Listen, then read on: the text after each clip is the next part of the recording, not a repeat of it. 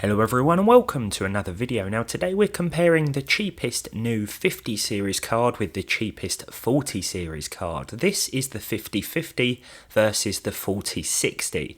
Both have 8 gigs of GDDR6 VRam, require a single 8-pin power connector and can be purchased for under £250 here in the UK. That said, the 5050s are probably a little cheaper overall here, brand new, but the 4060 is a couple of years older and more plentiful on the used market. This Gainwood Ghost 5050 I'm using cost me just under £220, and I've seen a few 4060s on eBay for similar, perhaps less money.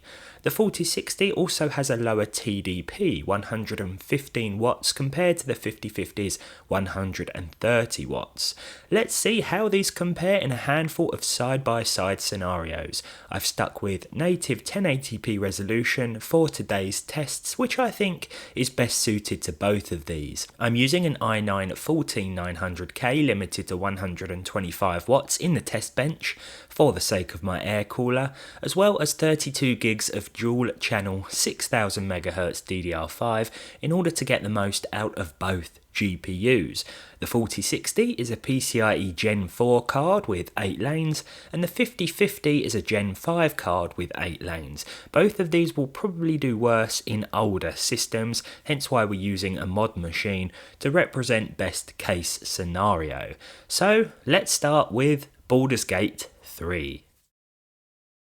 For Baldur's Gate 3 then, we have 1080p of course with the Ultra preset and DLAA for 101 frames per second on the RTX 5050. We saw a 1% low of 81 and a 0.1% low of 55. For the RTX 4060, well, we saw a slightly better result here on average, 109 FPS compared to 101.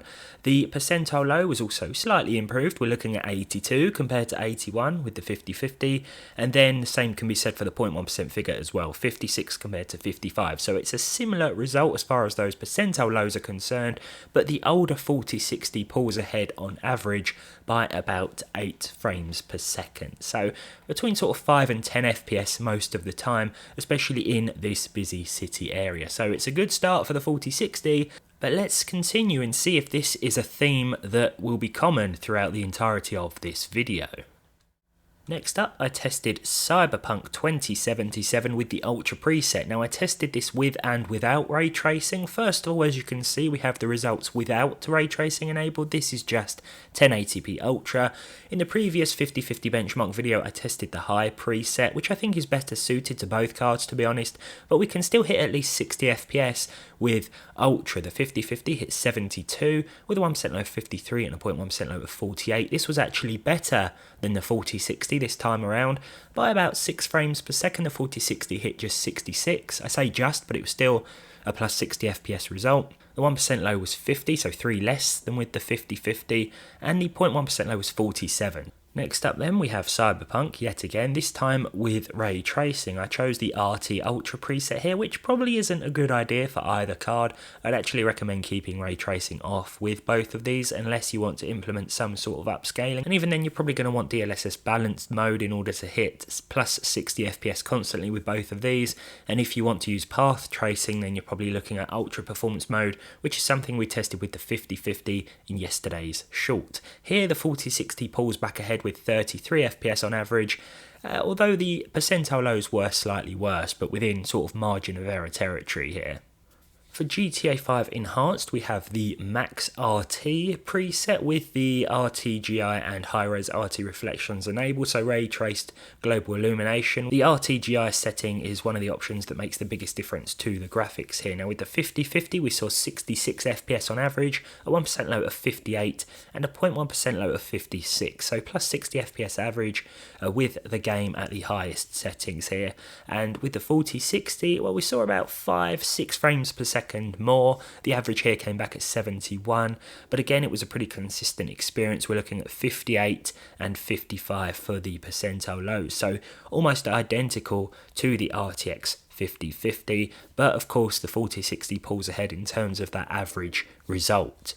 For Kingdom Come Deliverance 2 then, we have the high preset with SMAA2TX enabled. The RTX 5050 hit at least 60 frames per second by quite some margin, 82 FPS overall with a 1% low of 72 and a 0.1% low of 68. It's another consistent result here for this modern budget card. I don't really like to use the word budget these days with cards like this, cards that cost over £200 here in the UK. And speaking of which, I think this should probably be priced at less than that, considering it's shaping up to be almost the same as a 4060, if anything a little bit worse 2 years on, and without enough of a price differentiation. So it's not a particularly exciting product in my opinion, and that said, neither was the 4060 when it came out.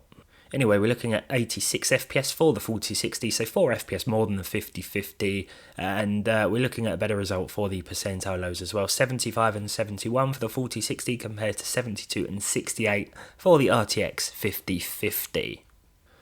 Red Dead Redemption 2 is our penultimate result today, with the ultra textures and everything else set to high, including TAA, which was set to high as well. We saw 87 FPS with the RTX 5050, a 1% low of 69, nice, and a 0.1% low of 66. For the RTX 4060, we saw 93 frames per second on average, with a 1% low of 74 and a 0.1% low of 68. So improved results across the board for the older 8GB RTX 4060 here.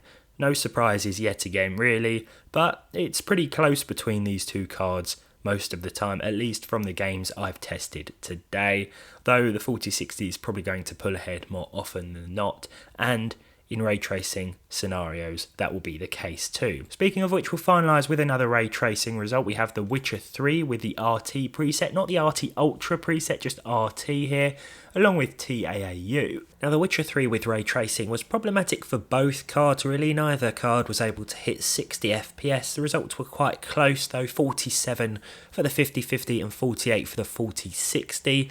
The percentile lows were actually a little better with the newer card here, the 5050, hit 40 and 35 for the 1.1% figure, whereas the 4060 hit 39 and 29. Not really that much in it, and both of these are probably going to need some form of upscaling in order to be enjoyable, especially in those busier and more intensive areas. There we are, the RTX 5050, the cheapest 50 series card at the moment that you can buy. It's not a particularly exciting release, but I'm hoping we'll see some low profile versions, perhaps some without a power connection requirement too. It would also be nice to see the price drop below £200 here in the UK for this new card. I think it should have launched at that, and it would have also been nice to see 12 gigs here instead of 8, but what can you do? There we are, the 5050 versus the 4060. Hopefully this video has been helpful. My recommendation out of these two is buy the 8GB 9060 XT instead, if you're happy with an 8GB graphics card, because that will do better than both. And as for this one, hopefully it's been helpful. Thanks for watching. If you enjoyed it, leave a like. Let me know your thoughts down below in the comments section, and hopefully I'll see all of you in the next one.